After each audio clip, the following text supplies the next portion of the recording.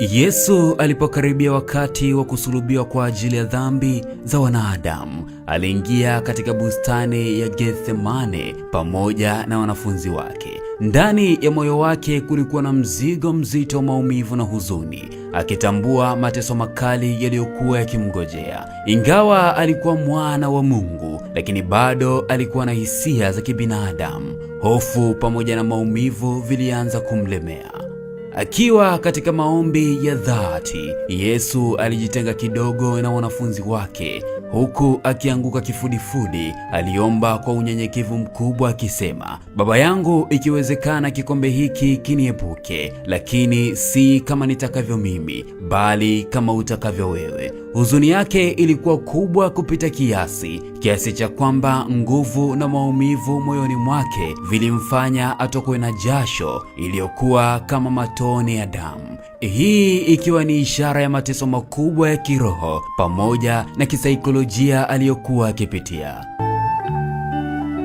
Huzuni ni hisia ya kibinadamu ambayo kila mmoja wetu huonja kwa nyakati tofauti za maisha. Lakini kuna aina ya huzuni inayozidi mipaka ya kawaida, huzuni nzito inayotikisa mwili na akili kwa ujumla. Wakati mwingine huathiri hata mifumo ya kibiolojia ya mwanadamu. Mfano bora wa kugusa zaidi na hali hii ni ule wa Yesu Kristo katika saa zake chache za mwisho kabla ya kusulubiwa.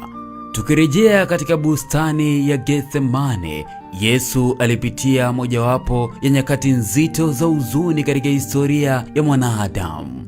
Injili zinaeleza kuwa Yesu alikuwa na huzuni kuu na dhiki ya ndani, kiasi cha kwamba alisema, "Nafsi yangu ina huzuni kuu kiasi hata cha kufa." Ni wazi kuwa huzuni aliyokuwa nayo haikuwa huzuni ya kawaida, haikuwa hofu ya maumivu ya mwili pekee, bali mzigo mzito wa kiakili, kiroho na kihisia.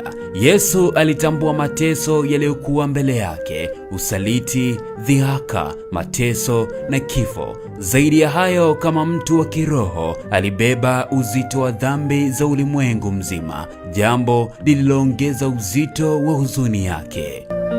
Kitaalamu, hali hii aliyopitia Yesu inaendana na ugonjwa adimu sana uitwao hematidrosis. Hii ni hali ya kitabibu ambayo mtu hutokwa na jasho lenye damu, hali inayoweza kutokea katika mazingira ya msongo mkubwa wa mawazo, hofu kali zaidi, huzuni iliyopita kiasi. Wataalamu wa afya wanaeleza kuwa katika hematidrosis, mishipa midogo ya damu inayozunguka tezi za jasho hupasuka kutokana na msongo mkali wa vena na damu huchanganyikana na jasho. Na tunatazama katika maandiko matakatifu kutoka katika kitabu cha Luka 22 kuanzia mstari wa 42 na kuendelea. Unaeleza kwa kina kile ambacho Yesu alijua kitamtokea, huku akiwaambia wanafunzi wake waombe ili wasije kuingia kwenye majaribu. Yesu alihisi uzito, lakini bado alichagua kusali badala ya kukata tamaa.